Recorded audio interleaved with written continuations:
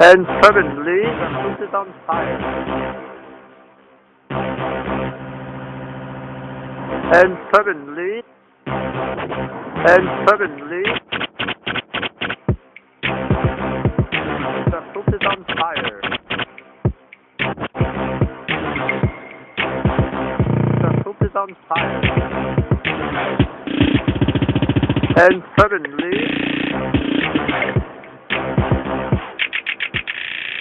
the house is on fire. The house is on fire. The house is on fire.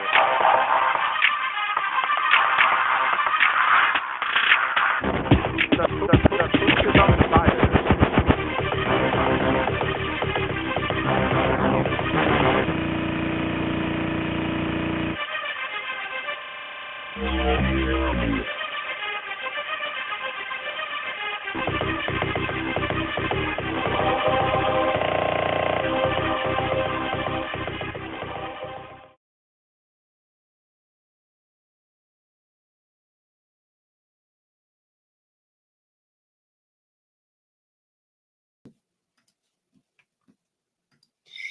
Hello, everybody. Welcome to Wide Family Farm. Thanks for coming in the chat.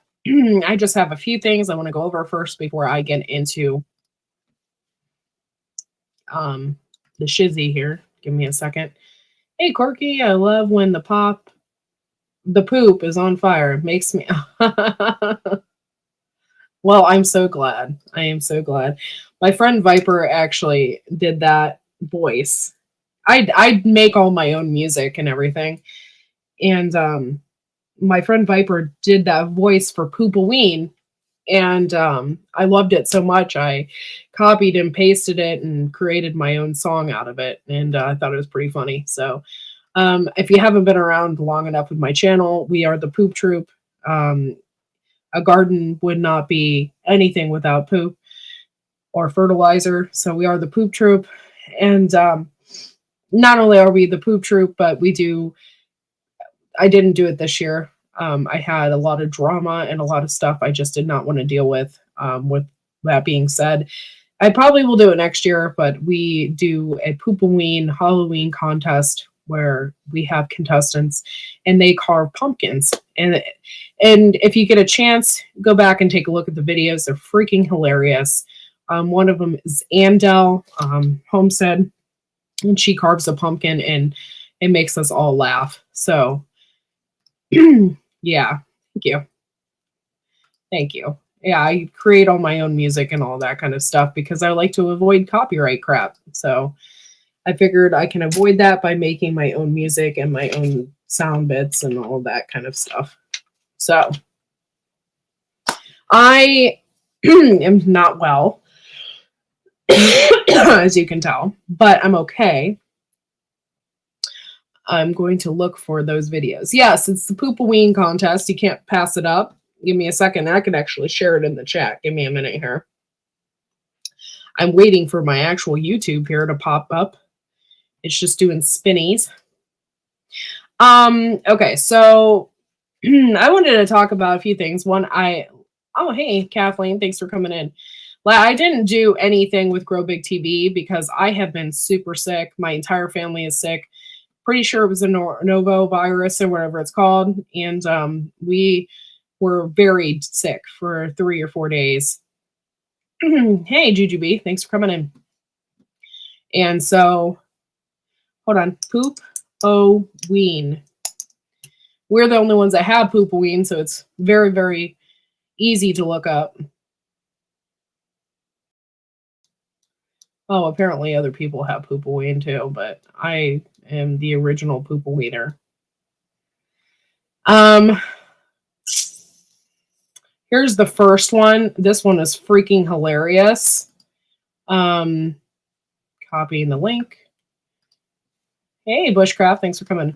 This is the very first original Poop-O-Ween. I did all the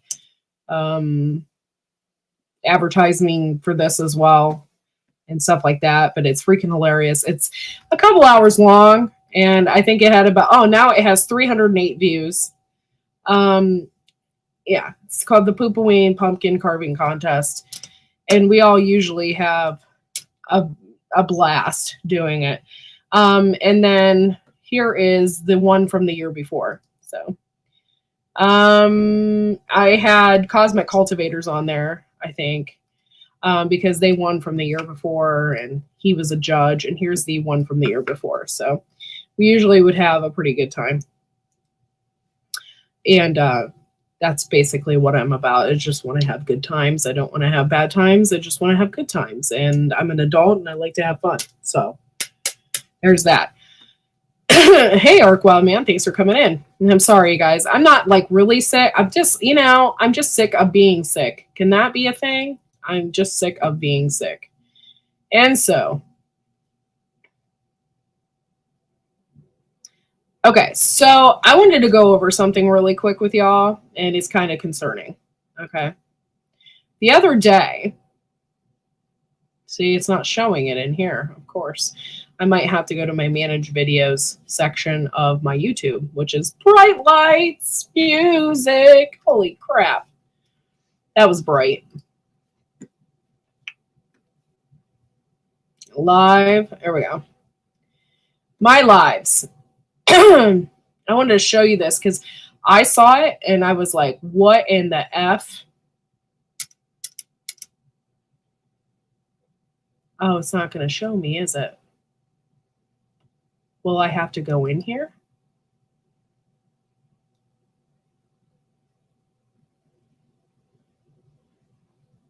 Where's my analytics? Boom, there it is right here. Okay, so hey, 54 Cal, thanks for coming in. I didn't even know you follow me. Thank you for being here. Okay, so this is what's up. I'm sorry, I feel like all dark and mysterious, but if I have that light on, it reflects off my glasses and it drives me crazy. Okay, so the other day I did a live, and it was just like a random pop-up live. I had harvested a ton of carrots, and I was so proud of that. I did, I had a really good thing going on. So I did a live, but I was on my phone, and everybody knows when you do a live from your phone, it's really hard to like navigate on it. It's really hard. So if you get trolls and crap in your chat, it's really hard to like get rid of them unless you have a ton of moderators. And at that time I did. I just told Joe, hey, get rid of this person, get rid of this person. I had like 25 trolls come into my chat. I don't know if it was 25. It could have been them messing. I've had things mess up before. I was in with this group called NASCAR Nana Gang or something, right? I'm 99% sure she hacked it, or didn't hack in, but she did something where she got all these trolls together, and literally my numbers went, I had like 8 people in the chat at that time. They went to like 400, like that, right?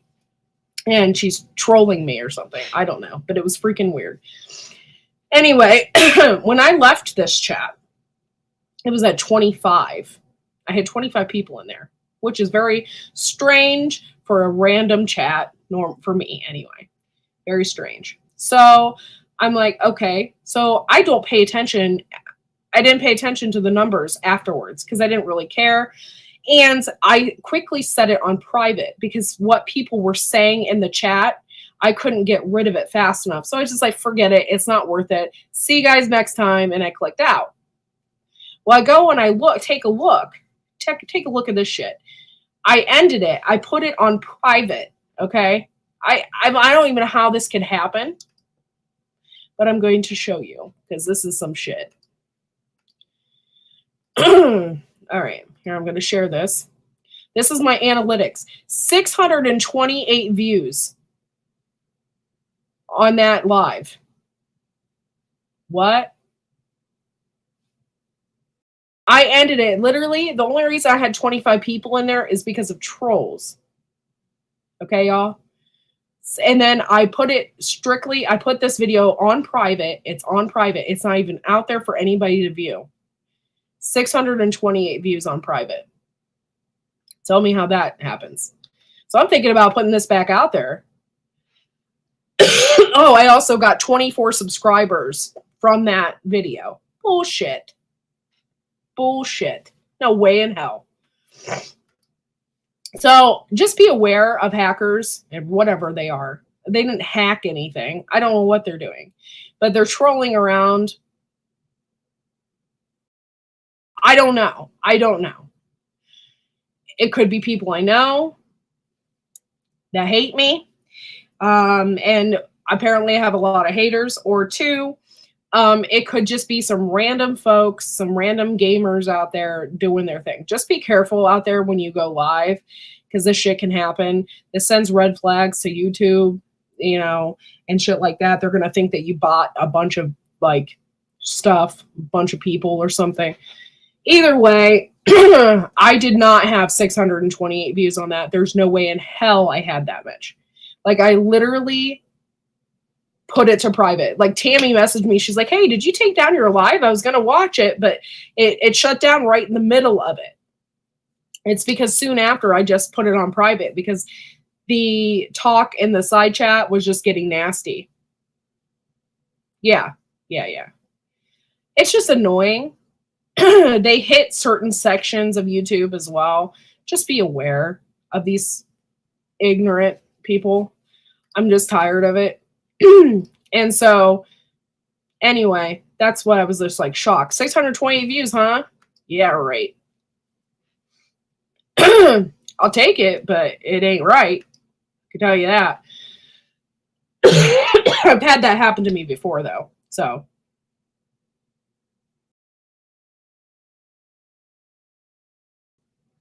I didn't have any on Bill Gates. That's weird. Oh, yes, that is a lot of that's going around. Haters copying. Yeah. Oh, yeah, that's another thing they do. They love to copy other channels. You know, it's just getting real old. And pretty soon, if it happens to enough people, people are just not going to do it anymore. They're not going to do YouTube anymore. And then it'll just all go to these stupid gamers or whatever. It'll just go to hackers and trolls, and you won't be able to do YouTube anymore because it'll be out of control because YouTube doesn't do anything about it. So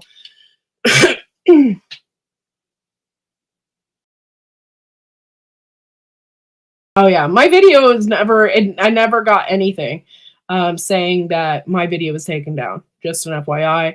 And I didn't do anything on Bill Gates. That's really weird. I didn't say anything about Bill Gates. Really weird. Okay, so yeah, Fred is doing good. A lot of you don't know, but we got really sick. Hey, Rebel. A lot of us, well, all three of us got really, really sick. And we literally, like, for 3 days, we had the flu. And was not the type of throwing up kind of flu either. It was disgusting. It was bad. And so my son then developed a rash afterwards. Had to take him to the urgent care to figure that out. I should just get rid of this so you can see my face. But that was like horrible. Absolutely horrible. I hate being so close up. Why does it do that? Okay, there we go. And so it was just really bad. Hey, Grammy Karen, thank you for coming in. Appreciate you. So they put him on a steroid, and that seems to be helping. No more rashes for him. And the Benadryl wasn't working. I had put him on Benadryl right from the get-go, and it would disappear. And then he would wake up, and then all of a sudden it would come back again. So it was just really annoying. And then it really got bad yesterday, really bad. And when it did that, we was like, okay, let's just take him to urgent care. I don't want to mess with this anymore because the Benadryl is obviously not working. So, hey, Darkstar. So just be aware of hackers and stuff. I had that happen to me before, and it was like an I just literally watched my numbers go from 8 to 1,000. It was astronomical. It was while I was live. It happened. So just watch out for that because YouTube frowns against that because then they think that you are buying subscribers or something. So just be careful. That thing I sent you was cured with steroids. My neighbor's kiddo. Oh, okay. Yeah. My son had same thing last month. Then it moved through the house. They literally prescribed Miralax and plenty of water. Oh, yeah, that works. Yeah. I don't know, man. It's like I have to be my own doctor now. So I should have been Dr. Quirky Medicine Woman or something. Okay, so anyway, so that's what's been going on, and I looked at that. I was like, 628 views. Hell to the no. I haven't had that in like a long time. Like I have it on videos, yes, but on a live, no. I'm not that big, so I'm just like, hell no, that didn't happen. No way. I had the norovirus. It's been going. Yeah, that's what we had. I'm 99% sure that's what we had. It hit us hard, and then it disappeared. Like it didn't. The thing is like it would have, if it didn't trickle down, it would have like been in and out quickly. But my son got it, then I got it, then my husband got it, and though it, but if we would have all got it at once, it would have lasted only like a day and a half, and we would have been okay. Thanks for coming in, Dark Star, and everybody else. Appreciate you.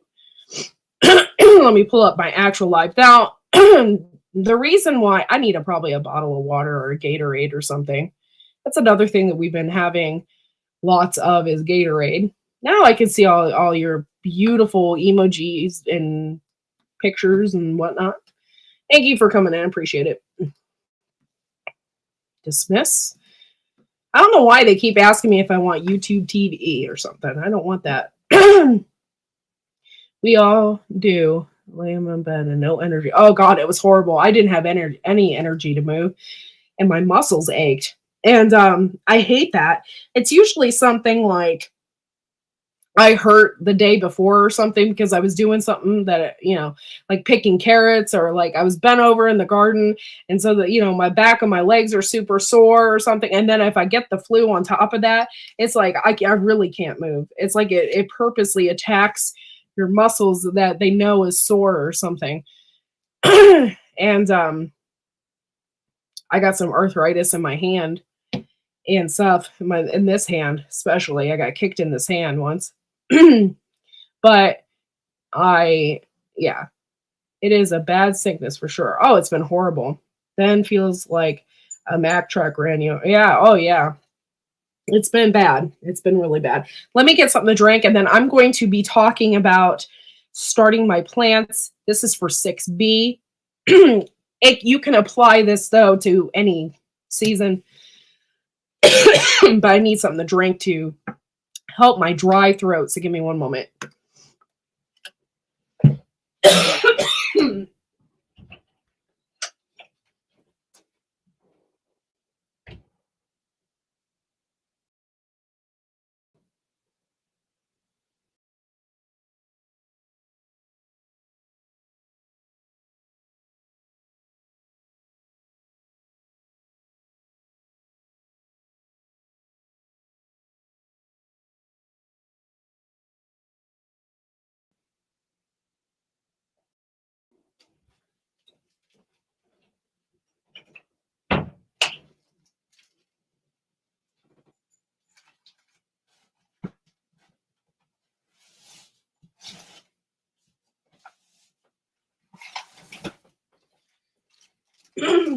Sorry, guys. I don't know why, but my throat's dry. This is so funny. It's a cute story. My son is nonverbal, and it's really funny. We're working with him. He has speech therapy. Now we're taking him to a new speech therapy place that he's going to get extra speech therapy on top of his speech therapy. Oh, thank you, God. So anyway, we take him to Walmart yesterday, and we needed more Gatorade because we've all been sick. We all need to like hydrate, whatever. And we asked him what Gatorade he wanted, and there's like 3 different blue colors. There's like an extremely dark blue, a light blue, and then this medium blue. And we asked him what color, and he goes, blue. And he pointed at the one he wanted. I was so excited because he doesn't normally talk. So I was just thrilled. He knew what he wanted. I have this lovely piece of cardboard here that I've used so much. And it says Gardening 2022 on it. Hey, Alaska, what's up? Thanks for coming in. So Okay. Okay. So I do a lot of research online as to when I should start peas in this area and stuff like that. And everybody everywhere that I've been looking, it says the start them on um March 15th. My chart says March 22nd, and that is the same as the Clyde's garden planner. Where the heck did I put that thing?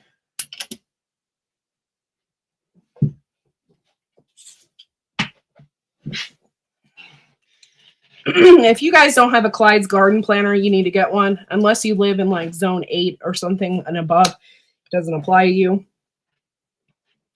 But this is Clyde's garden planner right here. This thing is awesome. What you do on this thing, sorry guys, I should have a cough drop. Unreal. Okay. What you do is you look at your last frost date. How do you look up your last frost date? Well, you just Google it. I want to know my last frost date for, and then you type in your zip code. And that'll tell you your last frost date. So I'm not going to do that because you guys don't need to know exactly where I live. But I will do my P.O. box. All right. And let me share this out. Screen. Window. I love my Google. Oh, it's so beautiful. Okay, so I just look up random crap all day long, so don't mind that. Okay, so when is my last I can't type frost date in 44265. Boom.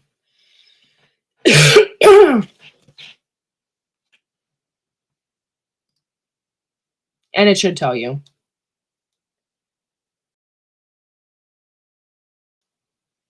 Here, right here. Why didn't it do it? I don't know. Here, this is actually where I went the first time. Garden.org, last frost dates. And then you can just type in your zip code, 44265. Come on now, Google. I don't need all this.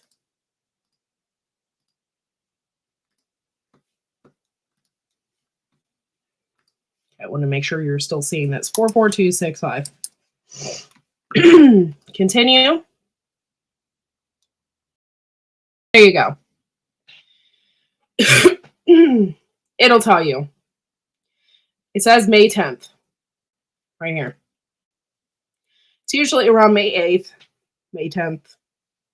Same thing. I'm not, however, going to plant anything by that date. No.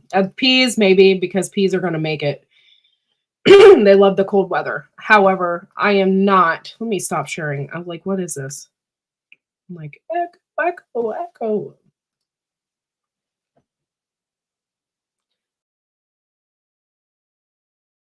Yeah. I love my class. Yeah. I'm sorry. I just catching up on the chat. So May 10th is here. Now you could do that in any zone that you're in. However, the Clyde's garden planner doesn't go to zone 8 and stuff like that. So it's not going to work for you because you don't really have frost dates and stuff like that. So with this one particularly, there's a thing on here. It says average first frost. It's kind of hard to show on here. But if you have one of these, there's basically on the top part here, it tells you your dates. So you go and here is your average first fall frost. And you line that up. Oh, that's fall. I don't want fall. This is it. This is your spring. The other side is the fall. Sorry, I couldn't see very well.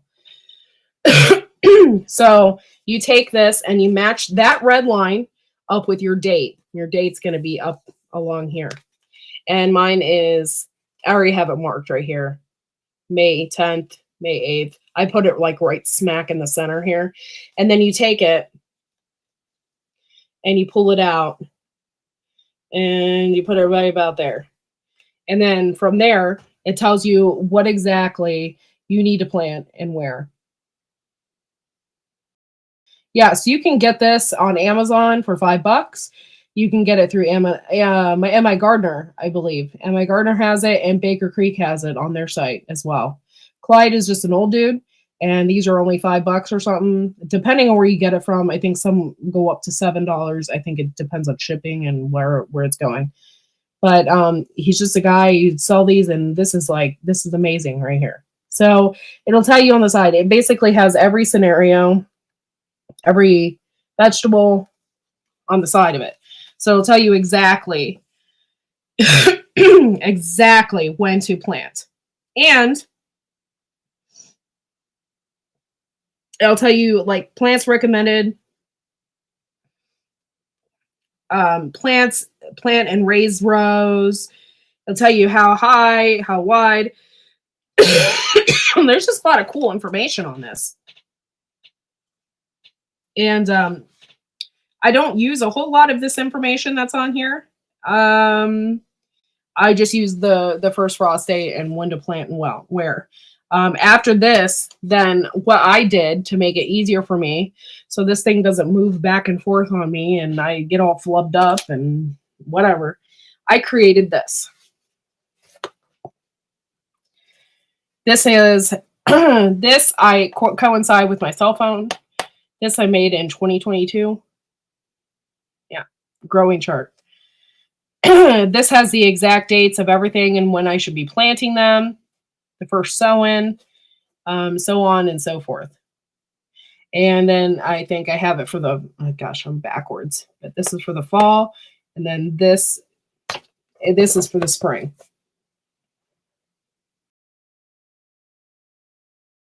It's not coated in plastic. You could easily ruin it. It is kind of like a, it's coated in something, but you could definitely ruin this. So just be careful. But this is how I do it. Once I get that information on there, I just write it down, and then like I will coincide this information with my cell phone. My cell phone is just a reminder tool. I just put in plant this today, and I give myself like a week to plant it. And then that's how I do it.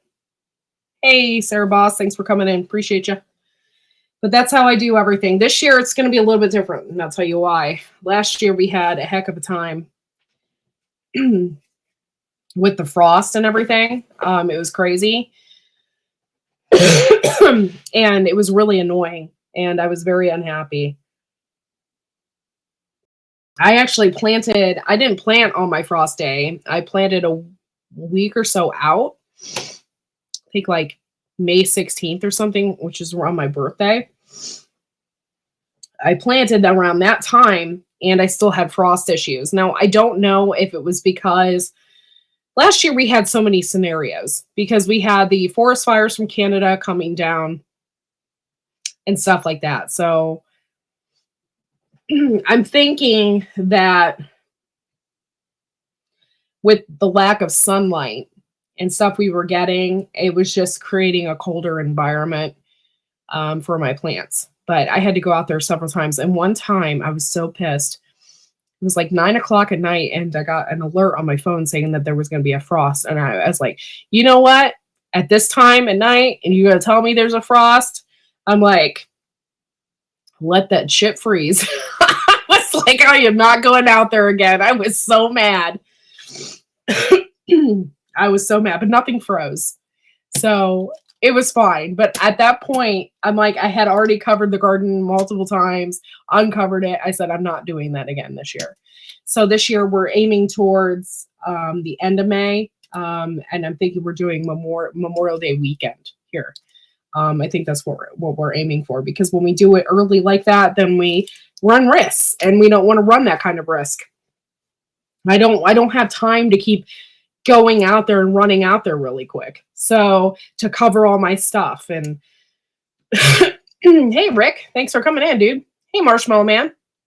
Boom. Thanks for coming in. Appreciate you. But I just don't have time to keep running out there. I barely have time for my garden this year. I'm going to tell you that. With my son and everything else I got going on around here. It's crazy. Thank you for coming in. I appreciate you guys. So, the first thing I'm going to plant is peas. Now, I had planted tons of peas before, and I'll tell you what, last year I made a huge mistake. And by the way, I make mistakes. I am not a perfect gardener at any rate. I plant things. Sometimes I plant things way too close together. Sometimes I let things go because I feel bad and get that guilt, like, oh, this popped up from last year. I don't want to pick this. I don't want to pull that out. And then I made a huge mistake and let it go. Thanks, Sarah. Appreciate it. It's been crazy around here. Sorry. So it's just been crazy around here. Thank you, Sarah. So, I made a huge mistake and I thought about these awesome peas. And they were good. They were really good, actually. I just didn't get as many as I wanted because I planted snow peas. And they were so little. They were little teeny peas. And yeah, so I got like 8 pounds versus the 20 pounds that I wanted. Yeah. So you really do have to do your research. And what I do is I look at Johnny's seeds a lot. And let me go to that real quick and I'll show you.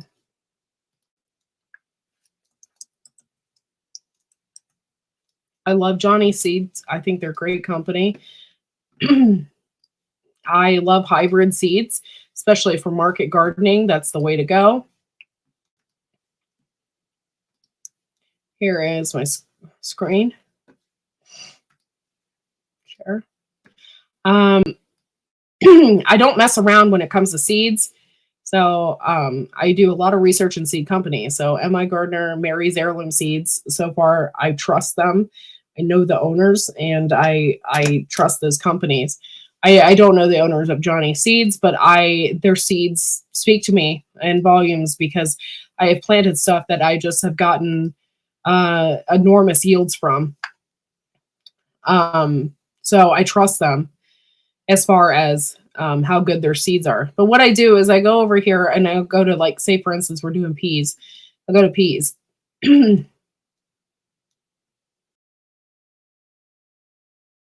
See, I bought these damn sugar snaps. I know I did.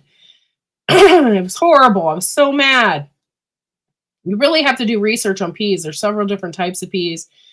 However, I did Lincoln peas the 1 year before, and they're awesome. So I'm going to stick with Lincoln, and those are not hybrids. But this is a good example. Sugar snap. Let's click on that. This is what I like about Johnny Seeds right here, is you can buy it in bulk. I'm not messing around. If I'm going to grow something, I'm going to grow a crap ton of it because I can can it, I can freeze it, and I can eat it right then and there. Having fresh peas on a salad is amazing. You can freeze them, you can can them if you want. However, I don't can them because we eat them so fast. There's no point in canning. And you can buy them in huge amounts. So I bought 1 pound of peas 1 year, and yes, that's about right. $16.60 for a pound of peas. But what if you go down here, it shows you growing information, right? And it will tell you everything that you need to know to grow these peas. And it'll tell you the disease, like, because it's hybrid. So it'll tell you what they've been grown to prevent, and stuff like that. Sorry, guys. So this is what I like about here. And what I did is I just chose some peas. I wasn't thinking, and I didn't read any of that information. But typically I read that information because it helps. But that's one thing I like about Johnny's is if I wanted to, I could buy, I'm not going to, I could buy 25 pounds of peas and I can get them shipped to my house just like that.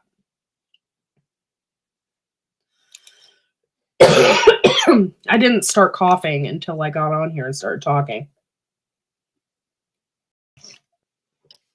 Okay. There I am. I'm live again. So okay, if you are poor like me and can't afford seeds that from Johnny's, what I like to do, I mean, I still can afford them. I mean, I'm not destitute or anything, but I plan on what I plan on doing. How long the seeds last? It depends on what they are, Rick. If they're like onion seeds or something like that, they don't last very long. But I've had seeds in my case for the past 4 or 5 years that I can plant next week and they would do just fine. Some seeds like some people have planted seeds from like 80 years ago. I mean, you can seeds can last forever if you keep them in a cool, dark place. So what I do when I go to Johnny's is I go straight to the sale. And that usually determines what I'm growing for next year because it depends really, but it determines a lot. So I'll go through here and I'll take a look and be like, what do I want to grow next year on a bulk that's cheap and expensive? And I'll go through here. They had a lot more now. Ooh, Pink Beauty. That's pretty. They have a lot more in here now than they did in the beginning. Ton of pumpkin stuff. Ooh, citrus. Ooh. Ooh. Ornamental grass. That's what I need.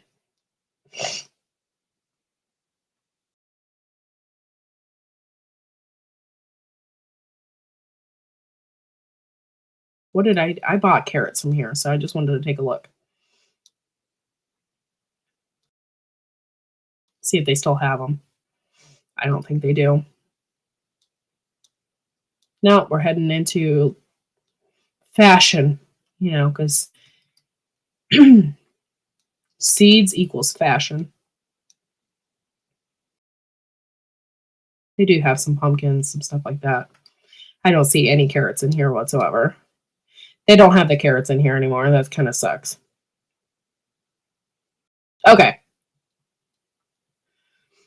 Moving on up. So what I'll do is I'll go to the sales. I'll take a look and be like, these Pipsqueak pumpkins, man. I'm going to grow a ton of those this year. Maybe grow them for the fall. And I'm going to sell a bunch of them. I'm not going to do that for pumpkins, but I would do that with tomatoes or whatever. I'll do some research on them and say, okay, that's worth it. I'm going to do that. But none of the stuff that I bought on sale is there now. So I went in through here and I looked up carrots. Ooh, they have beautiful carrots. And they have a ton of hybrid ones. I want hybrid ones because I'm going to get the most for my money. I believe I bought Bolero this year. And if you look down here, you could get, if you really wanted to, you could get 500,000 carrots for $555. Or you could get 100,000 for 131,000. Or, I mean, 131,100. I'm sorry, not 1,000. So I think I got these this year. And I read up on it where it says read more here. I could make sure that okay, they're disease resistant because they're a hybrid against bacterial blight, cavity spot, powdery mildew, etc. And one pack is 250 seeds. One pack is $5.80. A lot of people are like, oh man, that's so expensive. But think about it, because if you're buying from other seed companies, you're not going to get 250 seeds in a pack. You're getting a lot more or a lot less.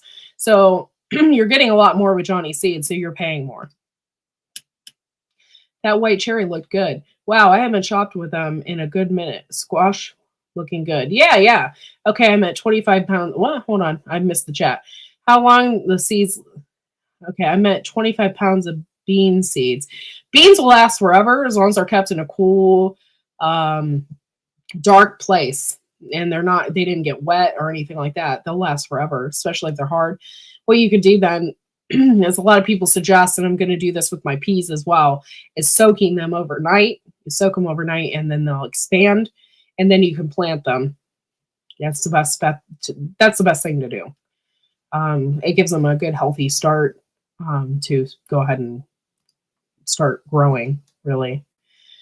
So this is where I go for that. And I look at this, I'm thinking, okay, what are the main things? I don't like being this. I don't like that either. I don't know. Can we move this? No, can't move it either. Can't move it. That's horrible, but whatever. But what I look for, okay, I think in my head, what am I going to grow this year? What am I going to make money off of? You know? And I think in my head, I'm like, okay, well, I want to grow tomatoes for sure because I can make money off tomatoes. I want to grow carrots because I know I can grow some good carrots and I want to make money off of those.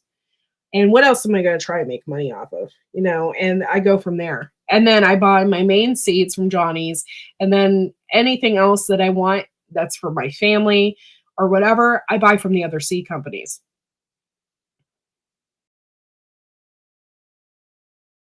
Yeah, organic is probably harder to come by. That's why it's so much.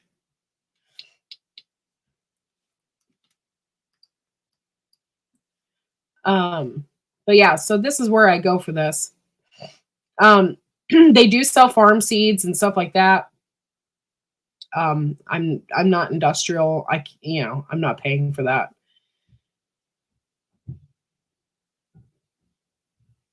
And what else?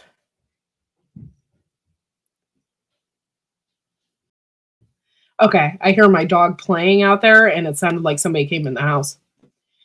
I was like, what's going on? She has a toy. Okay, so I went over here to tomatoes. By the way, they have like some of the best tomatoes ever. I actually have planted so many tomatoes in the past. I don't hardly need to grow any this year because of that reason. I don't know what they have this year right now because I buy my seeds early. I don't mess around. I don't want to wait till the last minute because if I do, then I'm in trouble. So I go to Paste Tomatoes. Everybody loves this San Marzano. Ooh, ooh, the Marshmallow Man has become a member. Thank you so much for becoming a member. Oh, 5 months. Wow. Thank you so much. Don't be scared. Don't be scared. Grow what you think is going to sell. Don't grow like massive amounts of onions or something and expect it to sell out. It's not going to happen. What I have discovered that people love and will always come back for is things like zucchini, cucumbers, green beans. People go crazy over green beans, and they're so easy to grow, guys. So easy to grow. Green beans, tomatoes. You could try and grow heirlooms, but from my experience, people don't want heirlooms. They take one look at them and they're like, what's that? I don't want that.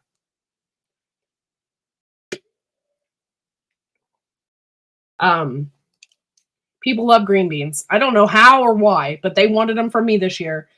I sold so many. What I did is I bought gallon-sized freezer bags, and I put 2 pounds of green beans in each one, and I sold them for $4 or $5. I think it was $4 a pack, basically, and people loved them. I mixed them up.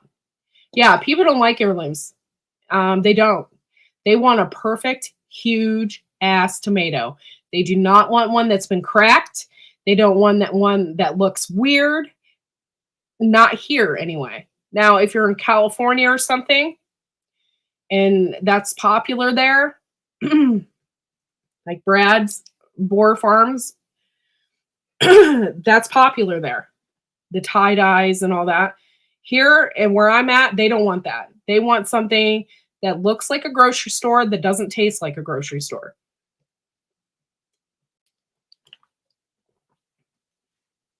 Yeah, it's crazy. Or though otherwise they won't get it.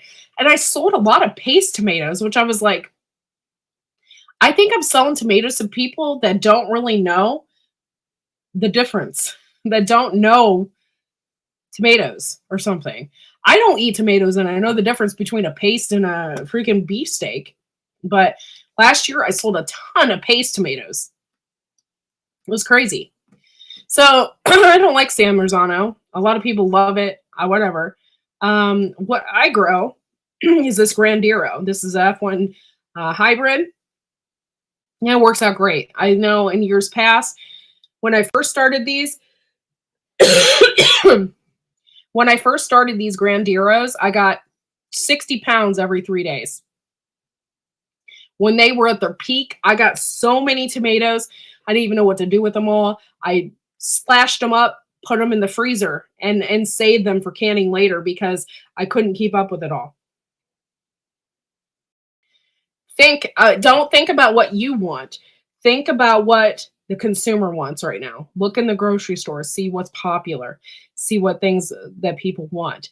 Last year there was a cucumber shortage around here. People wanted cucumbers like you wouldn't believe because most backyard gardeners couldn't grow them. And then, nobody wants a cucumber from the store. And a lot of people want a pickle. They want a pickle.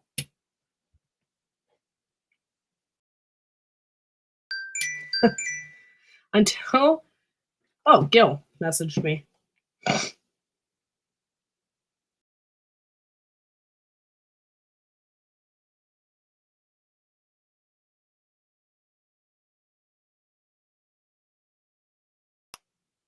Sorry, Gil just text messaged me. That's really weird. Yes, Gil, I'll do so. Anybody that plans on going to Gil's live tonight, his power has been out since 4:30 this morning, and he doesn't plan for it to come back on. So I don't know if he will have a live tonight or not, but I have to go to his video and leave a comment and just let people know that his power's out. Okay, so until I started watching you, I didn't know much of a difference. Yeah, oh yeah, and by the way, guys, if you're serious about canning and preserving for your family, these tomatoes, any hybrid, I don't care what you get, but I'm just telling you what I had experience with and what the best for my bang for my buck was, and that was these Grandiros. Because the San Marzanos are so freaking popular, they sell out and then you don't get them. So I went to the next best thing, and that was these Grandiros. These things are the bomb. I swear the sauce that I made from these tasted like freaking ragu. It was like, I couldn't believe the difference that I got from these. It was freaking awesome. Just like I wanted it to taste. It tasted, but without all that crap that's in it that they put in the grocery stores. By the way, these are sold out. Unless you buy 1,000 seeds for 200, they're gone. By the way, they don't even have that option right now. But a few years ago, I bought 100 seeds for $25. The price went up. Now it's 100 seeds for $30, and they're sold out. And the 250 seeds for $63 is back ordered until March. So these are sold out. That sucks. But that's okay. I'll tell you what I grew in the past that I absolutely love. Let me go back to paste tomatoes, see if they still have it. I tested a lot of these to see, and I don't know if they still have it. I'm going to check.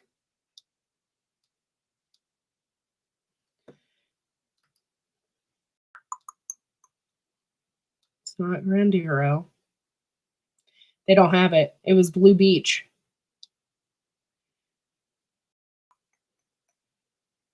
They're running out of tomatoes fast, man.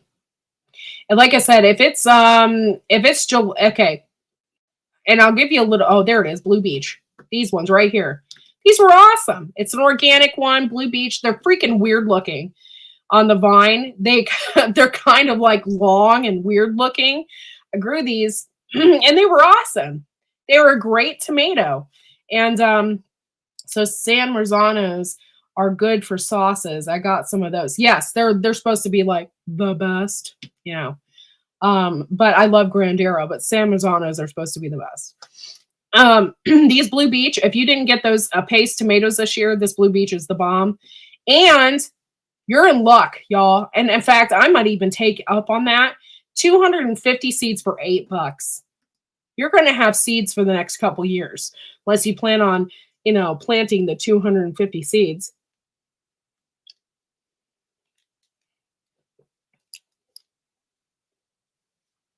But I thought these Blue Beach were the bomb, and they're organic, so you can't pass that up. I, however, really, really, really, really, really like a hybrid if I'm trying to plant for a yield. Hey, LP! What's up? Thanks for coming in, LP. I'm all squeaky. Thanks for coming in. So the hybrids, you get higher yields because they're not susceptible to diseases and stuff like that. If you constantly have things like viruses, tomato viruses and crap like that, look on those hybrid lists. Say this protects against this virus, this protects against that virus. Get those seeds, plant those seeds and put them in where you normally have problems. Did someone say white cherry? I grow those. They're very good and grow well in Michigan. Awesome. I think we were looking at them through the sales. And that's the first thing I do when I go to Johnny's is I go straight to the sale. Can you drop a link? Yeah, if you want to come up and talk about this.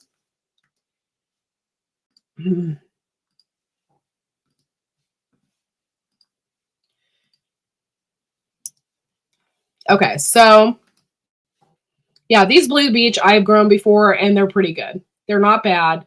And it's a great tomato. I think it just gets overlooked because you have the most popular tomatoes out there. But these are a little odd looking, not going to lie. Okay, so let's talk about regular tomatoes. This year, I'm planting regular tomatoes that everybody buy at the supermarket, okay? I'm not messing around this year. I put you on there. I don't see you. Can you see me? Yeah. Okay, cool. Okay, so I bought regular tomatoes this year, and I'm looking for the big ones that look like they're the biggest ones that you will ever find at the supermarket, because that's what people want, and they have them. Okay, I don't know how much they are now. They have all different kinds. I got this big beef plus right here. This is the one I got this year. Let's go ahead and take a look at it. I think I just bought a pack of these seeds. A pack of them is not very expensive. It's 30 seeds, and I didn't really want to grow over that. I really didn't because I got 2 different varieties that I'm growing this year. So I just bought one, but this protects, look at all this right here. This is all this F1 hybrid protects against. Nematodes and tomato mosaic virus and spotted wilt virus, and it protects against all that stuff. So they're really great, and you'll get a bigger yield. And I'm hoping I can sell the crap out of these because they look good. They look like a big slicing tomato that somebody's going to want to put on their sandwich. Yeah, the best fertilizer for tomatoes I found is your eggshells, Epsom salt, coffee grinds, and chicken bones. Ah, that's good. You do have to watch, guys. You do have to watch because you put chicken bones, that's fine. You can do chicken bones, you could do egg shells, that's fine. But that stuff's not going to work for this year. You got to do that every year to keep up with that because it's not going to decompose, I guess you would say, right then and there. It could do it by the end of the summer, maybe, but it's not going to help. Like, say, for instance, you got blossom end rot and you need calcium like ASAP. That's not going to help for that right away. So that's just something that you're going to constantly want to replenish your soil with. And that's like eggshells and stuff like that. Because it's going to break down and give you calcium. Go ahead. I'm sorry. What I do is I bake all this stuff, and I'll either put it like the chicken bones. I'll put in a blender, to blend them up, and then the eggshells and banana peels, I put in a coffee grinder to break up. And it's a slow release one, and it takes about 2 weeks for it to happen that way, for it to not fully kick in, but have a slow release kick in, because it's already a powder, right? Yeah. But if you don't break them up like that, it takes big eggshells and chicken bones can take up a couple of years. Yeah, because it's definitely not something that's going to happen overnight. It's not going to happen quickly. Yeah. So if you start to notice things like blossom and rot, you're going to quickly want to buy some garden lime, and then you want to put garden lime on your soil, and that will stop the blossom and rot right then and there. So that's something you're going to want to think about when and if you get blossom and rot. However, I am buying these Big Beef Plus right here. Tomato seeds, already got these, by the way. And I'm going to be planting these soon, here before too long. I got 30 of these. Hopefully, all 30 of them pop up, and I have no problems with them. And, yeah, I shouldn't have any problems. I've never had any problems with their seeds, but not popping up, but you never know. Now I'm thinking about it. I think I did. I think I bit the bullet and bought 250 seeds. I think I did. I can't remember. I have my seeds somewhere. But I bought those this year. And then I also bought, where's it at? Yeah, I usually, if it says to start like mid-March, I start late February with my tomatoes, because I want them to be guys, if you're in the Grow Big TV contest, here's the Dr. White Cheese tomato, yellow tomato right here. That's what you want for the contest. Robust flavor, it says, is robust. But that's something that you might want to consider getting from there. The Lemon Boy Plus, this is another tomato that I got right here. I think I only bought 30 of these, and then I bought the 250 of those. See, they're out of stock in these smaller packets, so now you have to go to 100 for $13.80. But this I bought. I'm not buying or selling any other heirloom types of tomatoes at all. Not selling them. My husband will eat them, but we're not selling them because people don't like them. And I don't know why, but they take one look at it and they're like, oh, what's that? I don't want to get that. They just, I don't know. They turn up their nose at it. So I bought the most generic looking type of tomatoes. I'm sure they're going to be delicious, but it's just not like an heirloom. It's different. So whatever. I got the Lemon Boy Plus here, and you can easily buy 100 seeds for $13, but those 100 seeds, I mean, say for instance, you only did 25 tomatoes plants that year, or the average person probably doesn't even do that much. Those seeds are going to last you forever. They're going to last you for at least 3 years. So that's something to also think about when you're buying a ton of seeds. And that's what I like about Johnny Seeds, is I can buy in bulk. I can buy as many as I want. And I like to have those extra seeds. So right now they don't have the small packets, which I think that's what I did, as I only got 30 of these and then about 250 in the other. I only got 30 of the Lemon Boys because a lot of people don't like a yellow tomato, but I wanted to have a variety mixed together, just so, you know, people are like, oh, okay, I'm going to get some of these yellow ones, because a lot of people like them because of the less acid, you know, that they have going on. Hey, Kaylin, thanks for coming in. I still have a packet of those tomato seeds for anyone who wants to plant but cannot. Oh, yeah, if you guys are over at Grow Big TV and you're in the Dr. Witchy contest, Kaylin Strain, contact her. You can email her on her YouTube. She has her email right there. You can get some seeds from her because she has them. I have seeds. I'm hoping to do it, but it's last on my list of 19 seeds to plant. Oh, okay. I ordered the contest watermelon radish seeds from Mary's site. Hope it gets hope to get that next week. Okay, that's cool. I was just on Mary's site before I came on here, and she still has the watermelon radish, and my gardener does not. So I already looked at that last night. Yeah, yeah. If you guys want to trade seeds, I definitely suggest emailing each other, and you guys don't even need to do that. You're on my Facebook. I'm sure you guys have each other on Facebook, so just message each other. Oh, good Lord. So I bought these, and I think this is a good idea. Now, I'm trying to think market-wise. I'm not trying to think of things that will be good for my family. I'm not trying to think about that kind of stuff. I'm thinking, what is going to sell at the farmer's market? What do people want? It's not what I want. It's what do people want? And they want the best tomatoes. They want the best looking tomatoes. And I think I chose a good variety. Now, with the green beans, I was really surprised that I sold any last year. They were not a perfect green bean. I had rattlesnake beans, and I had Behilti. And one is purple, and the other one is striped. None of which look appetizing. Everybody's like, are these good? I don't know. Are you sure these are good? I'm like, I had to sell them on it because I told them, I said, they're literally the best green bean I've ever had in my life. They're so delicious. And I said, once you cook them, that purple goes away. So they're no longer purple. I had to convince people. So if you want to grow green beans, I suggest maybe growing a more standardized looking green bean and selling those.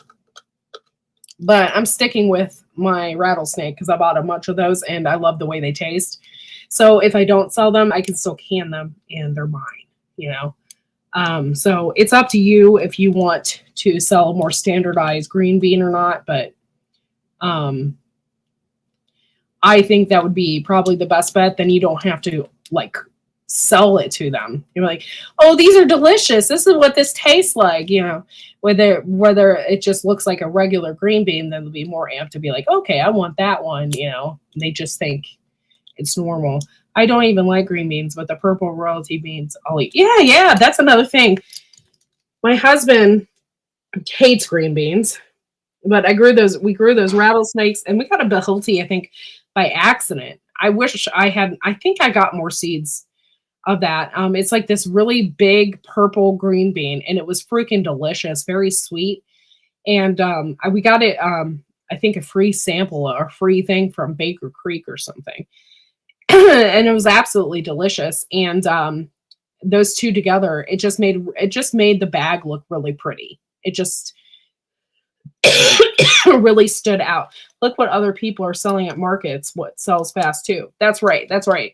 Yeah, more than likely it has nothing to do with what you want to sell to the public. It has everything to do with what the market is demanding. And another thing is I didn't think people liked zucchini all that much, but that's another thing I wanted to probably try and grow this year, is because I sold out. I undersold my zucchini. I sold my zucchini for $1 a piece, and I probably should have sold it for more. My zucchinis were freaking huge, for one, and I didn't think that many people wanted them, so I was just trying to get rid of them, So I was selling them for $1 a piece. This one woman's like, man, she's like, I wish you had more zucchini. She's like, I give my dog a zucchini every day. Something with the dog's diet, and they, so yeah, the one woman's giving her dog zucchini. It wasn't even for herself. People around here like what they know. They don't want to spend money on something they're not sure of. Exactly. But the zucchini thing, I was like, damn, I wish I would have sold it for more. But $1 a piece is what I sold them for, and I was sold out by the end of the day when I went to the market.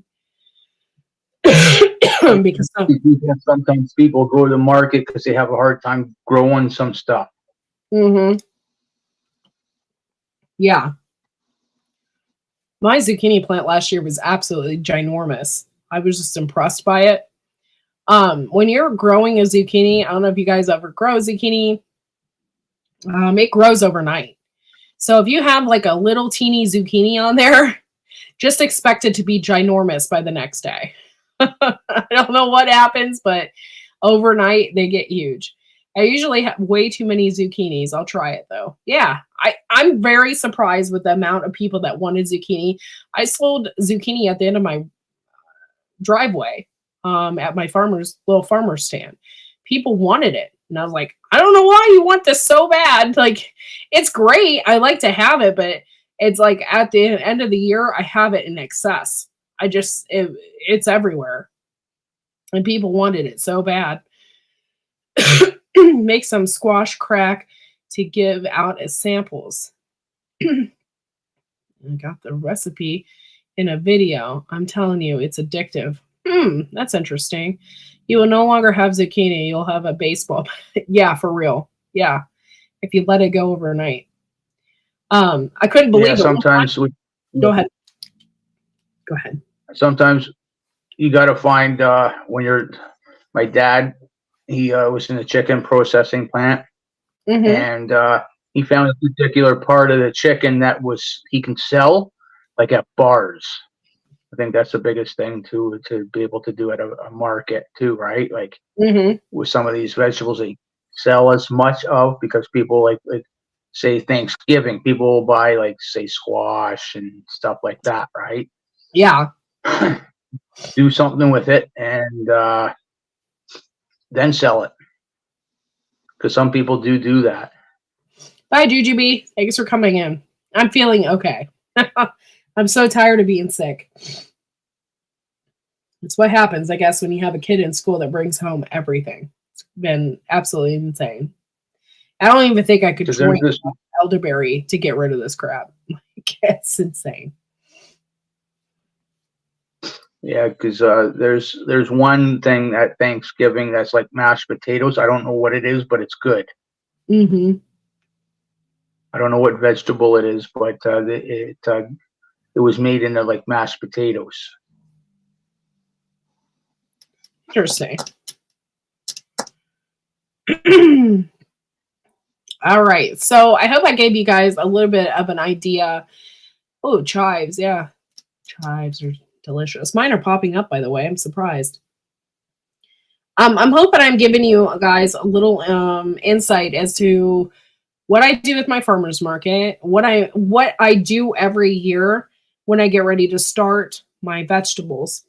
Now, though this chart doesn't mean anything to me right now, because the dates are a little bit off, but I can go back and take a look at my calendar. I already have something written down, and then I can go back and be like, okay, so last year or the year before, I planted my peas on March 29th. This year, I'm going to do it a little bit earlier, and I'm going to plant them on the 15th.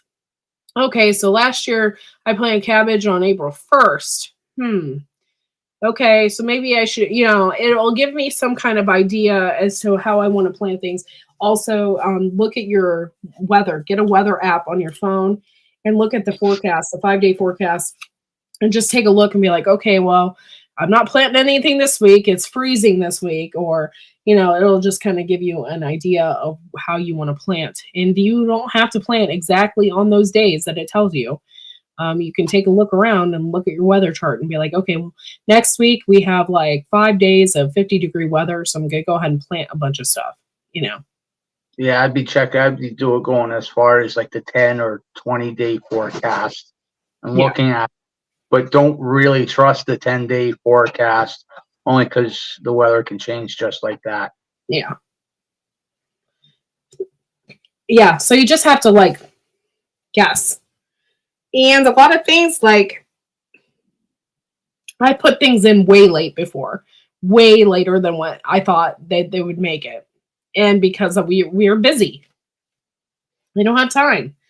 I still have to clear out beds out there. I have to amend the soil. I still have to amend my tomato bed and pull up the panels, and I have to pull up the stuff on the ground, and I have so much I have to do out there. So, we might run a week or two behind, and that's okay too. I mean, as long as you're not a month behind. That's something different. Here too.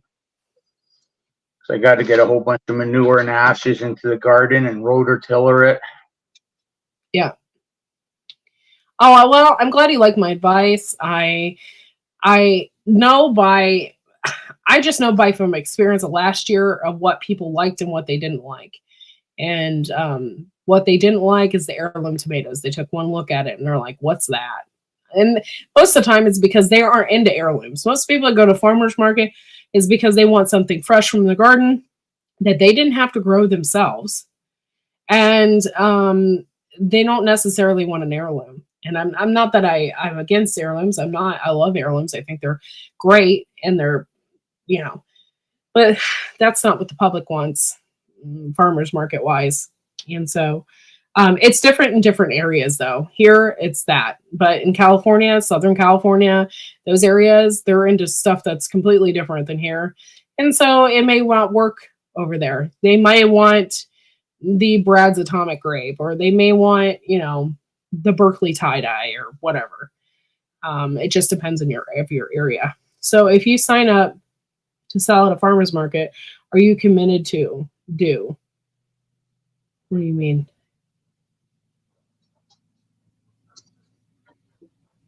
I don't know. Are you committed to do it like every week? Oh, okay. You don't have to do it every week. It depends on what you pay for. Now, I try to find the cheapest farmers markets around to do it on some of the smallest. I don't want something ginormous. I don't want something big because they demand more and they demand like so much more money.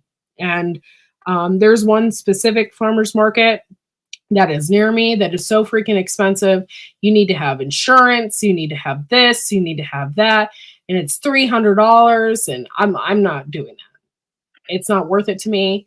But is there a good insurance coverage on it though, in case On of what? somebody on it being so expensive? So for some of these bigger ones, I don't know because I've never done them. I can't tell you that. And some of them now, like they want you to pay $300 or $400, and it's like you are basically renting a spot. It's like owning a store.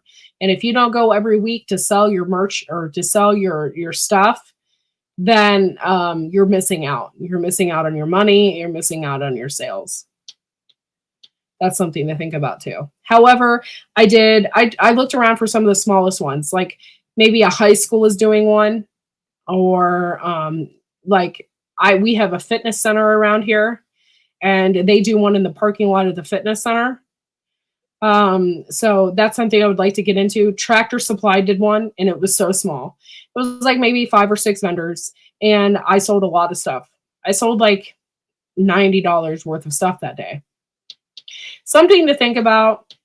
If you're going for the gold and you want something huge, then plan on huge yields and plan on succession sowing and all that good stuff. It's hard work.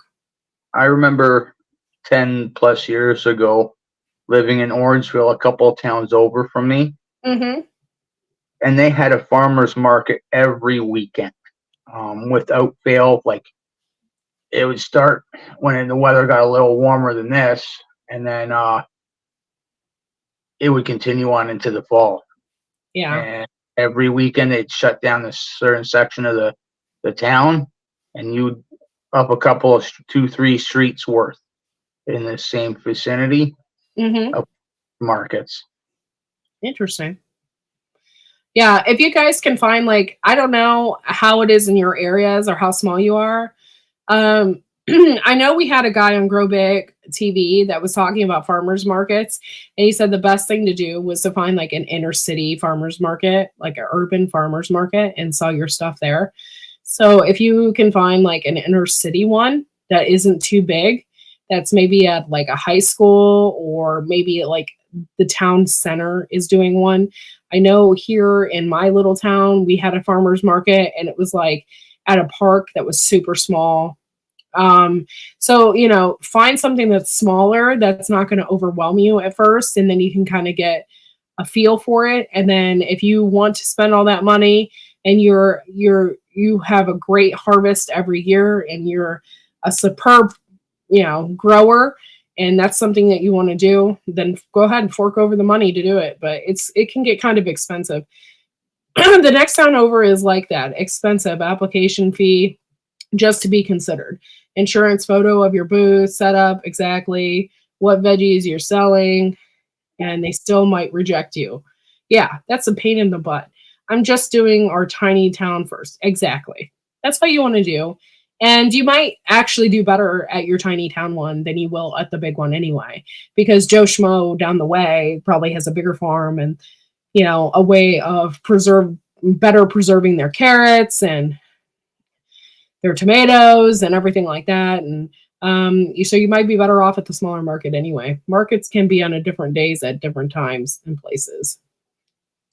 We have 4 in. Oh, go ahead. Go ahead. Having even a few different stuff like say, not just fruits and like vegetables, but fruits and vegetables and jams and stuff, right? Yes. Well, here I have to be really, really careful. I just can't sell jams. I can't do anything like that. It was just an idea, like of selling a few things, like, you know what I mean? Oh, yeah. You just have to be careful and know the laws, because I can't do that here without the health department getting involved. Here, you have to have basically a clean kitchen, and you have to have your own separate area to make all those jams and stuff like that. And you can't just sell them just to sell them. Hey, Mike K, thanks for coming in. So you just have to be careful. Here, I can't do that. And that's another thing. That's why I haven't really sold my eggs at farmers markets, because of the stipulations. I need to have basically an outdoor refrigerator unit and stuff like that. And it's too freaking expensive to do all that. I don't sell enough eggs to have an outdoor refrigerator, to buy an outdoor refrigerator unit. I'd have to buy like 1,000 more birds. Like, it's just ridiculous. And then I would have to find a place to sell all those eggs. So we have 4 in Des Moines area, and 1 at a restaurant bar district by the river. Others are parks and other areas of the town in the suburbs. Yeah, that's like exactly what you want. Just make sure that they're not huge, because you might get discouraged a little bit. I wonder if I should place an ad on Facebook Market. Oh my gosh, look who it is. Oh my Lord. What's up, Wickashire? What's up, Buttercup? All right, everybody rewind. What were all the conversations? Everybody in chat, restart all your stuff over. What did I miss? What happened? I was falling asleep here. You guys talking about cottage laws? Yeah, I was talking about farmers markets a little bit, because I think people are interested in that. And I also was talking about when I'm going to start my stuff for 6B. And I was telling them how to use a Clyde's garden planner, which is really, really easy. I was telling them how to find their first frost date. Cool. In the Utah. So we have an epic cottage law here in Tennessee. It's kind of weird with pickled stuff and baked goods and eggs. But for grown veggies and that kind of stuff, naturally grown things that are just organic in nature, my cottage law says my seedlings, I can get on the back of the truck out here in Tennessee and sell them. Anything out of my garden, I can just sell it. The eggs I would put inside the cab with a blanket over them. They'd be like, hey, man, you need eggs? I got me some eggs. And I'd sell them out. Come here. Let me show you something. Come over.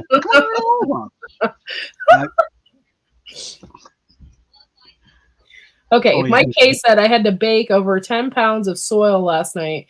I ended up getting fungus gnats. Oh, you know what works with that is cinnamon. Jimmy Pickles is a great example. He told us actually about it. You take cinnamon and you put that over at the top of the soil, and it gets rid of those gnats. It gets rid of that. They're so good. They don't like sand on the top either, your seedlings. So you can do both. Put your sand down, put your cinnamon down, and you got 1 method, 2 method, combine them. Good to go. Ginger Ninja is a badass. She's your local egg dealer, if you know what I mean. Right, Courtney? She comes up with the jacket. Hey, you want to buy some eggs? Yeah, that's exactly it. Hey, come over here. I got them in all colors.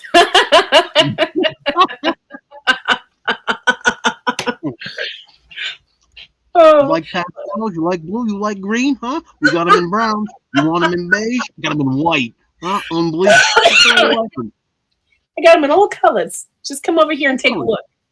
Yeah. So yeah. So I'm hoping I'm giving you guys good ideas about this. And yeah, Ohio has some weird laws. Tennessee and Kentucky, they don't have like those cottage laws or those laws or whatever that we have. And so you can make things in your kitchen and sell them and whatever. You can do all that there. Here is a different story. I mean, you cook for your kids. I'm going to say you know what you're doing. Yeah. I wouldn't water them through the sand. You want to bottom water your stuff. You don't want to top water. You can drown your plants pretty good. So what I do is I have the smallest watering can, and I fill it up, and then I pour it right into the bottom tray. That's why I have a bottom tray. And I pour it right in there, and then it sucks it up from the bottom.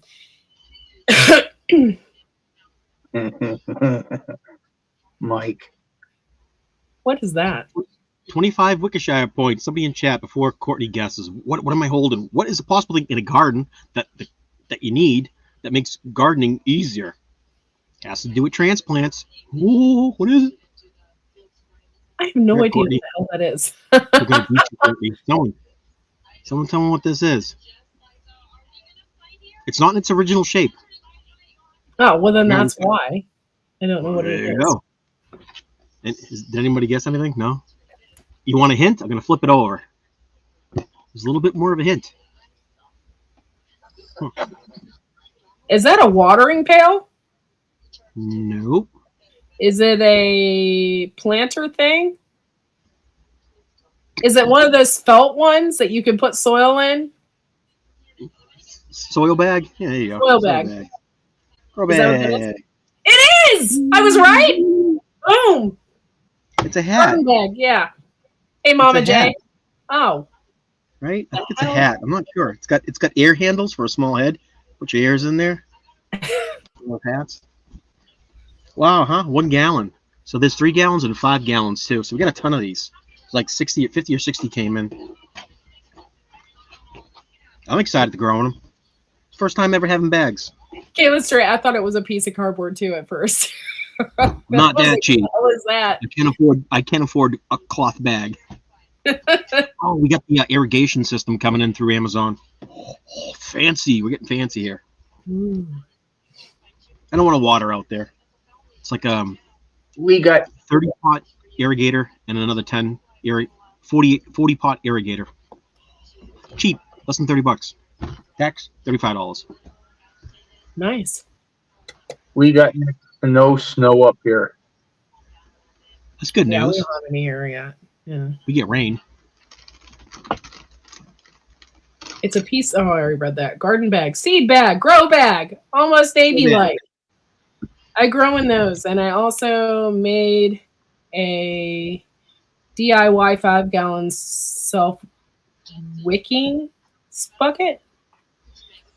Pouring rain in zone 7. Oh, you're lucky you're in zone 7. I'd be having stuff in the ground already. 7A, Mama J. 7A, right with you.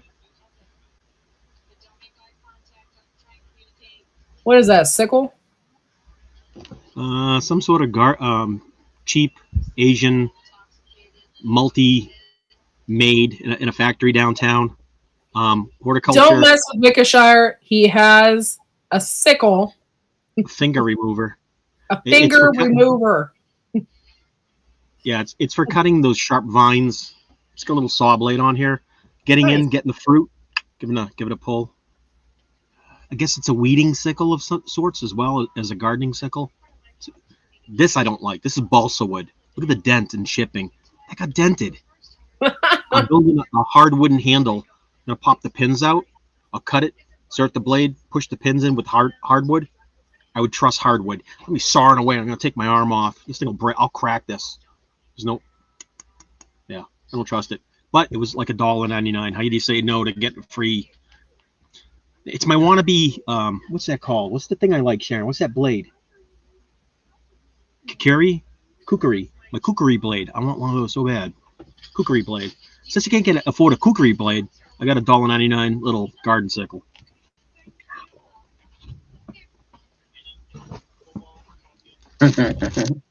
$900 plant labels. Those came in. Ooh. 900 plant labels. She goes, "Oh, they made out of cardboard." It's my wife. I was like, "Really?" Another one with the cardboard. What'd you say? Paper? Paper labels. Oh, they're cheap plastic. So you got those 900. Nice. Oh, your zone was changed to Zone 7. Interesting. Free gloves. Ooh. Send me free gloves. I love We them. know what you're really using this for. Nothing good, obviously. Nothing good. I'm on the poop troop team. On the poop troop team. Oh, it's the. Oh, check your prostate gloves. Yeah, freebies. Bend your cough. They gave us a stack of 100 pins. Little U. Oh, U those are pins. nice. Garden, Yeah. yeah, garden pins.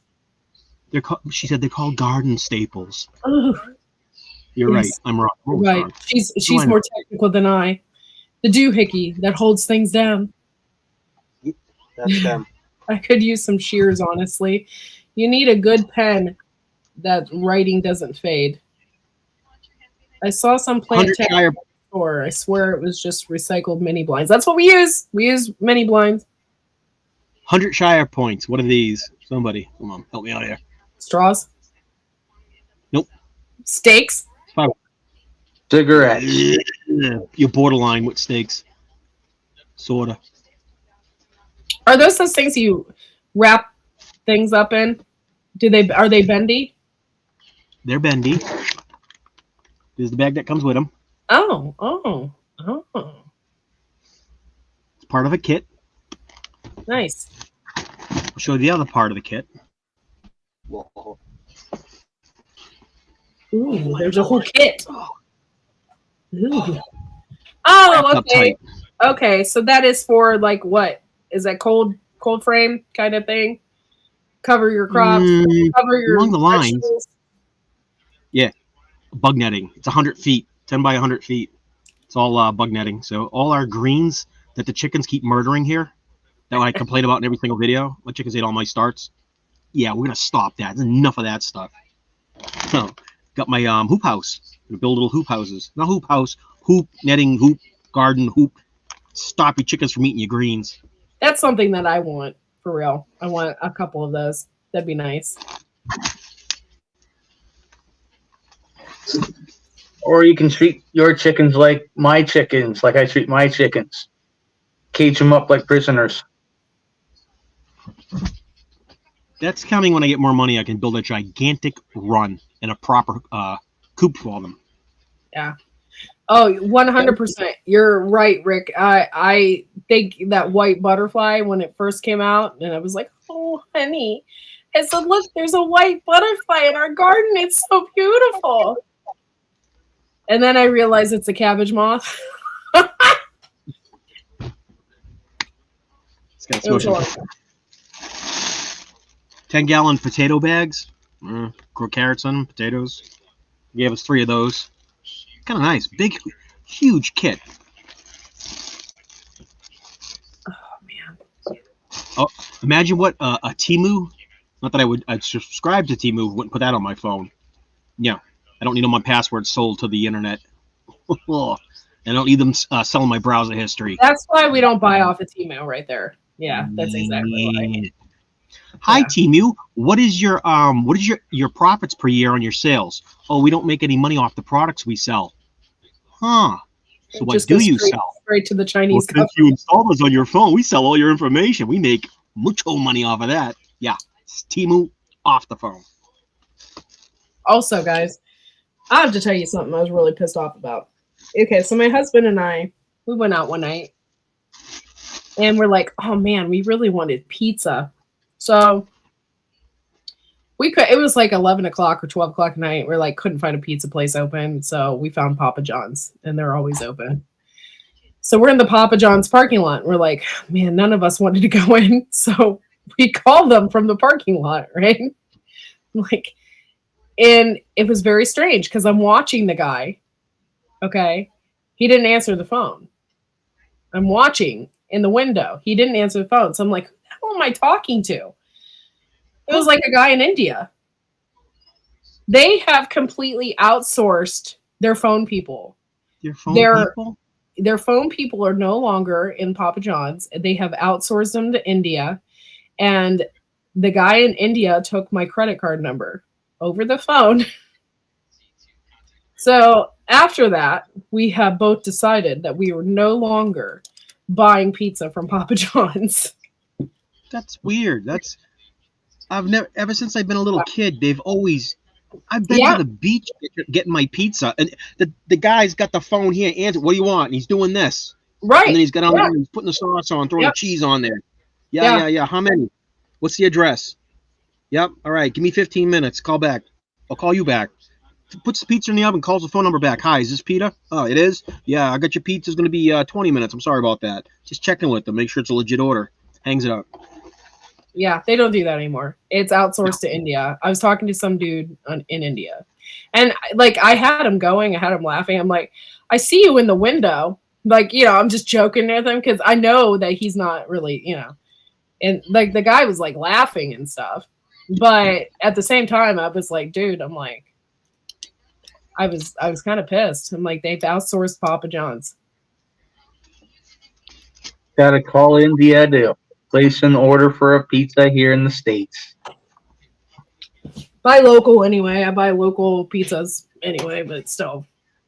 That was like a splurge because we had been drinking a little bit. I'm like, I need food. We went to our first meadery. It was great. Oh. Yeah. There's one literally 5 minutes down the street from me. And it's in an old church. And that we watched them build it. Like, it was like so cool. It's like they've totally remastered this old church and turned it into a meadery. So we go and we basically test all of their meats. They have like flights, that you can get of all different kinds of stuff. By the way, some of them are really gross, but one was like, there was a few of them that were like absolutely delicious. And I'm like, oh God, this is so good. And we're like, they sell food, but they quit selling it at 11 o'clock. So I'm like, oh damn, we missed their food.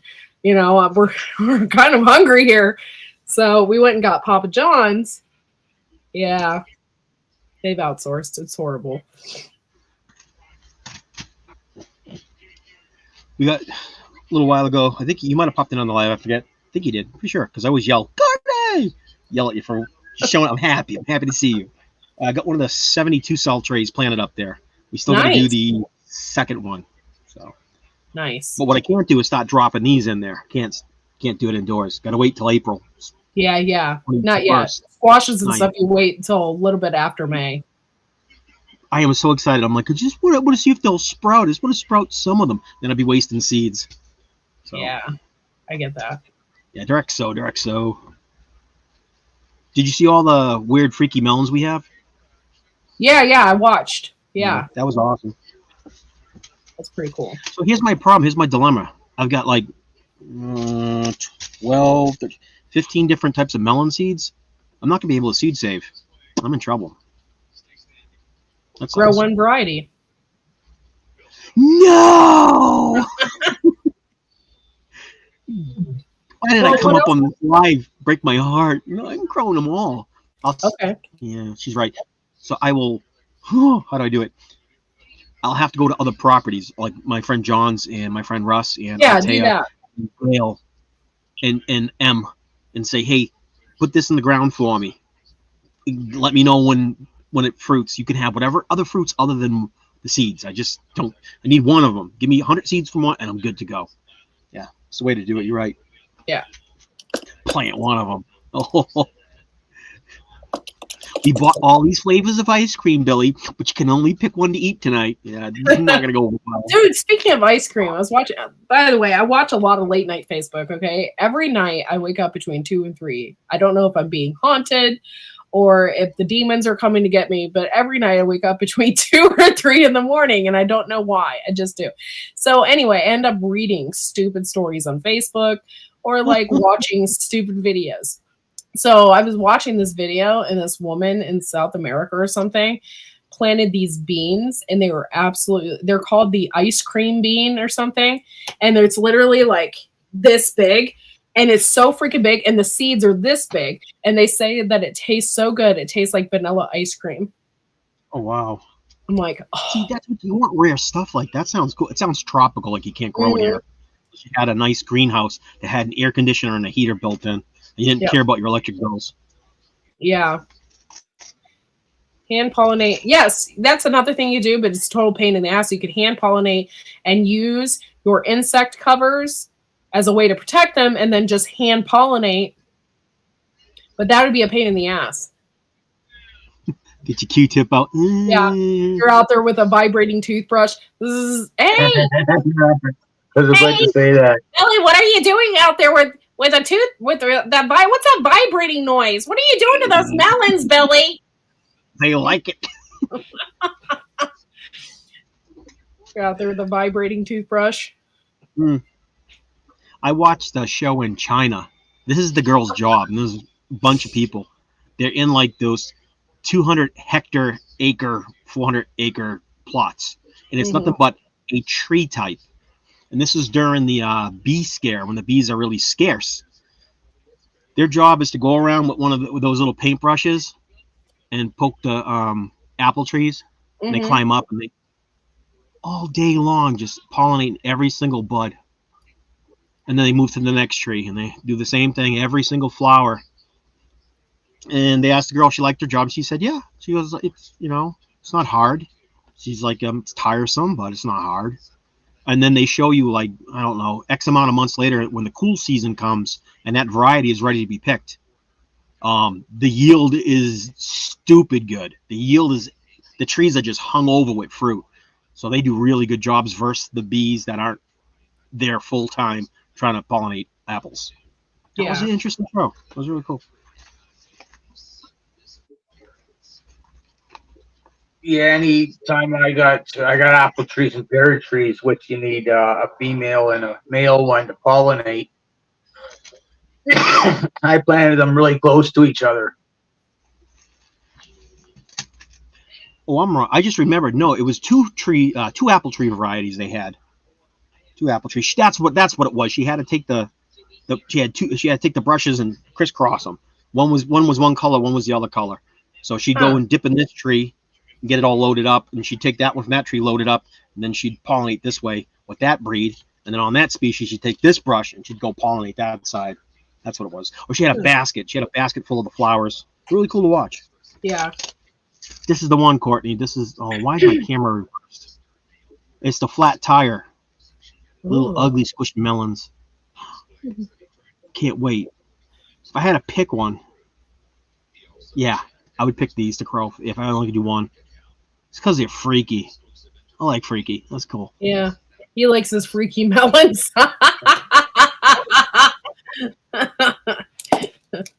The Caddyshack dance with the gopher when he comes up. Yes. Yeah, I'm all right. That's hilarious. Uh-huh. I read an article that said 90% of honeybees have disappeared since the 70s. Do you believe that, though? I don't really believe. I mean, do you believe that? Really? I don't know. There's just some stuff I don't believe. I think they try to panic people. I don't know. This is funny, though. Okay? Not funny, but it's kind of, like, weird. During the pandemic, I literally read an article saying that we saved the earth. That everything was saved, that bees were coming back, and it's because, we didn't do anything for a couple years, and we didn't drive, and we didn't do this, and so we basically saved the honeybee population. And then now there's articles coming out that's saying that we've lost 90% of our honeybees. I don't get it. I don't know if what they're spouting is real anymore. I don't feel like I used to either. I don't know anymore. I don't know what to believe.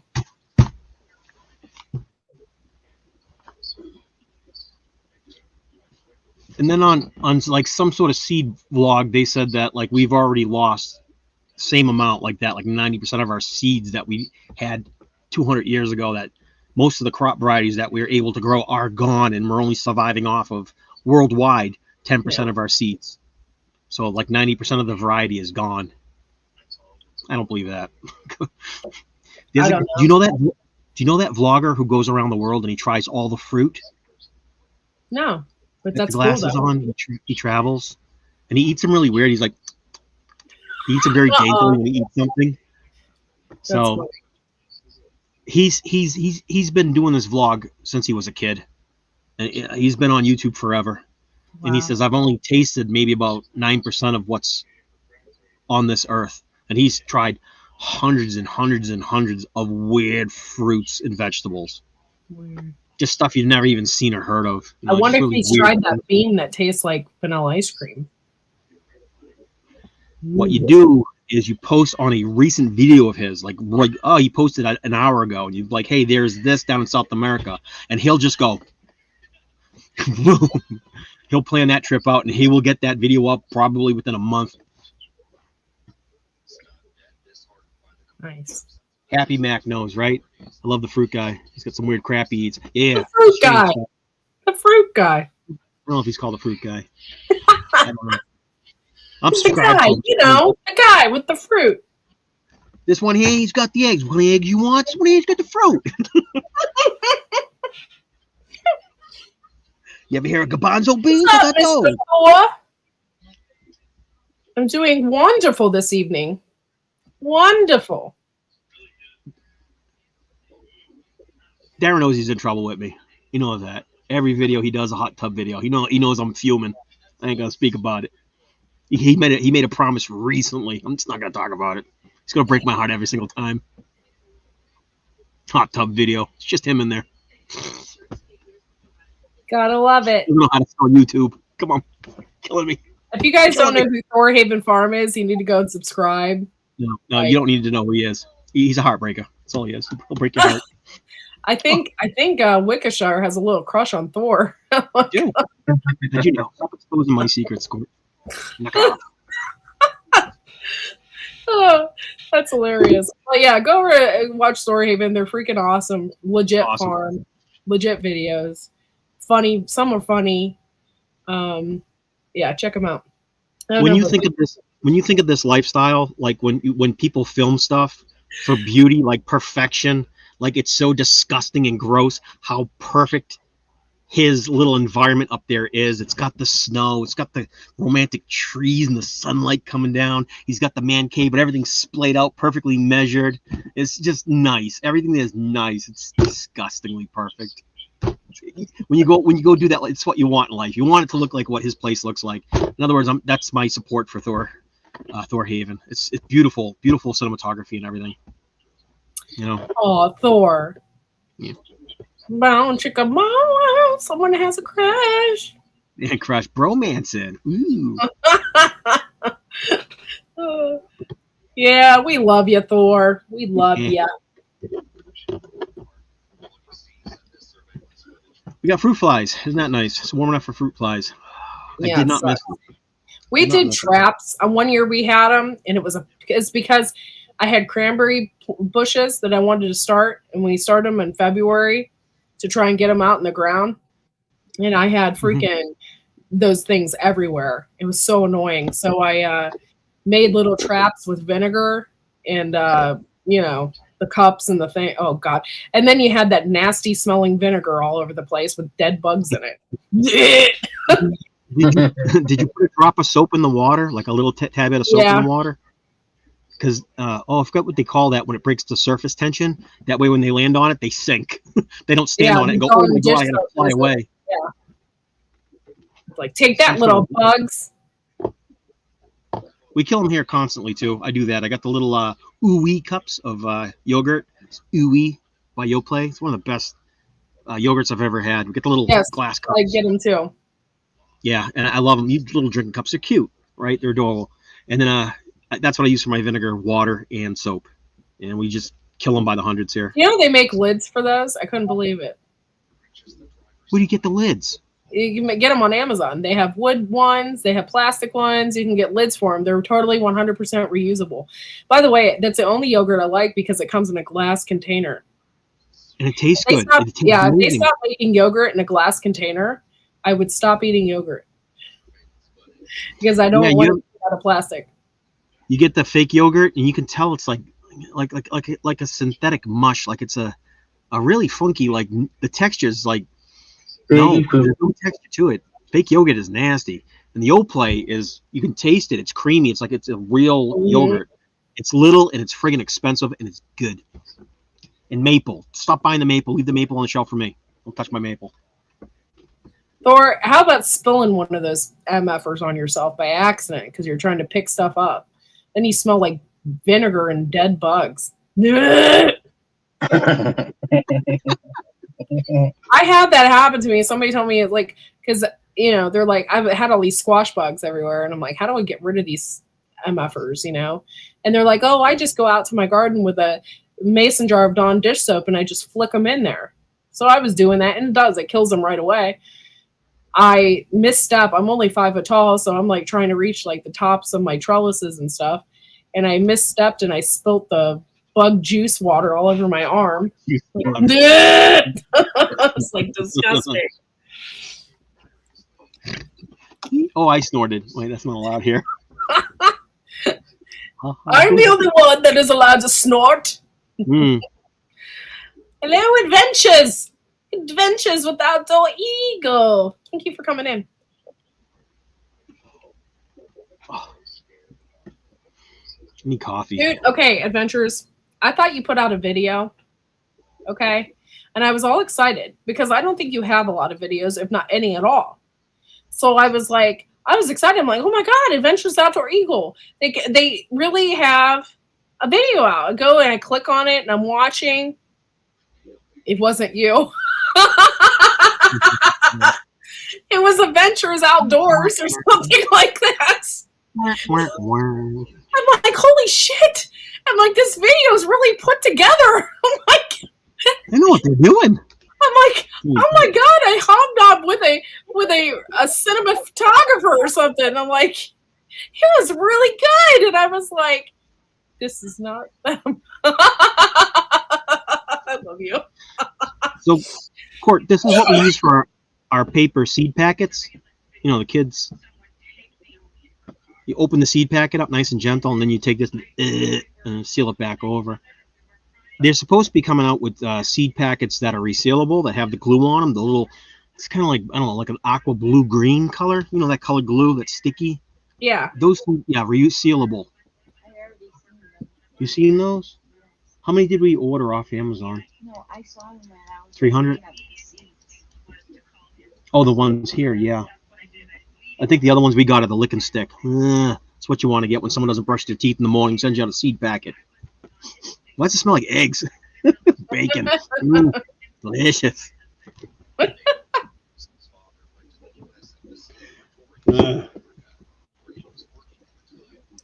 All right, But, you guys. Do any of you guys have any questions? I didn't even have a question part about when to start your seeds, about the Clyde's garden planner that I went over, and yeah, your zone, when to find your frost date. Any of you guys have any questions? Your last frost date. There's a when your frost date and there's a end of your last frost date. Your last frost date. There's 2 different ones that you can look up. I don't. My last frost date altogether is like somewhere in the end of October. And then the last date for mine is usually around May 10th. We ordered a ton of seed packets and they don't have the glue or resealable stuff on them. Going to have to tape them. Oh, that sucks. Yeah. You want to use painter's tape. You know that paper stuff that's really kind of flimsy? That works good because it comes off nice and easy and goes back on easy. Don't use Scotch tape. You'll be sitting there with your fingernails swearing for about an hour trying to pick the edge. Yes. Prostate. Have y'all checked your prostate lately? Because Wickeshire has the gloves to help you. No, thank you. Yeah, Yes, he does. He has the gloves. They're $1.99 one glove, and it's $7.99 for shipping and processing. Get your one single glove today. That's all it takes, guys. It's one glove. Fiberglass pieces together so you can so Oh, Oh, they're for the fiberglass rods. That's a suggestion. When you Oh. start working with their fiberglass rods, wear your gloves. You don't pick your eyes or go inside the house and wipe and be itchy all day. That makes sense. Yep. I got those. I got a couple of cookie sheets, cast iron cookie sheets, and some muffin trays. Cast iron ones, Courtney. Heavy. It's old school, right? All for the low price of $1.99 plus $7.99 shipping and processing. The shipping and processing can go to Wide Family Farm at Venmo.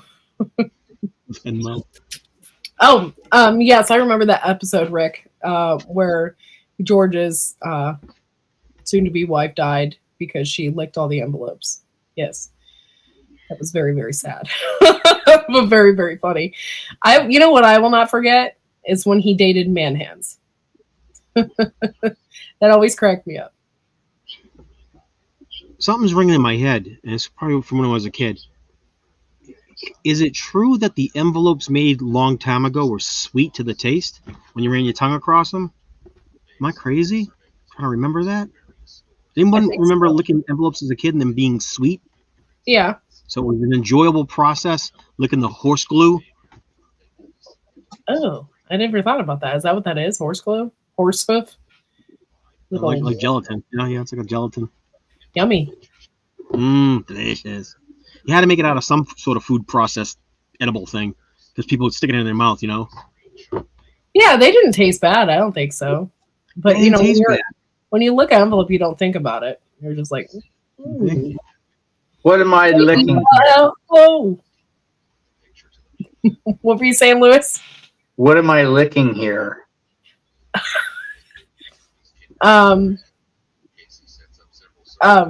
Sorry, my mind just went somewhere else. How much money you got? How much money you got? Envelopes, Lewis. Envelopes. What else do we order? What else is coming in? Right? Oh, shade cloth. We got what size? Shade cloth is 8 foot by 20. 8 by 20? 10 by 20. 8 by 20. So yeah, we got some 30 or 40% shade cloth coming in. I'm telling you, I here on the show, I will grow lettuce. Don't tell me I can't grow lettuce. Right? Get shade cloth going. Yes, Thor wants to know, Lewis, what does it taste like?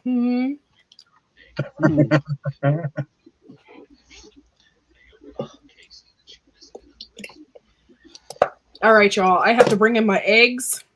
I have to get off of here. I love each and every one of you. Thank you for joining me for my almost 2-hour live. And I hope that you got a little bit of information about farmers markets and stuff like that. And always, if you want, you can always message me. You can email me. I have my email address on the YouTube, or you can message me on Facebook.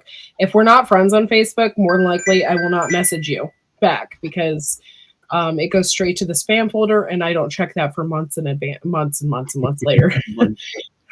Months and months later. So I'm just letting you know about that. However, you can always email me, and I'll get that right away.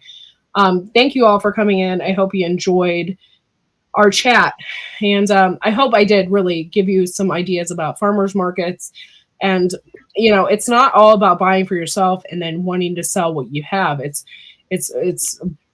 what the public wants, and so you have to kind of grow what the public wants, and then be successful that way. Thank you all for coming in. Take care, everyone. Beard is looking awesome. Wicca Shia. Have a wonderful day, Corky. Yes, thank you.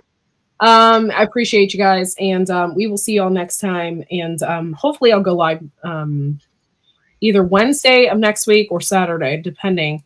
And I should be 100% better. So, adios, amigos. Have a good night.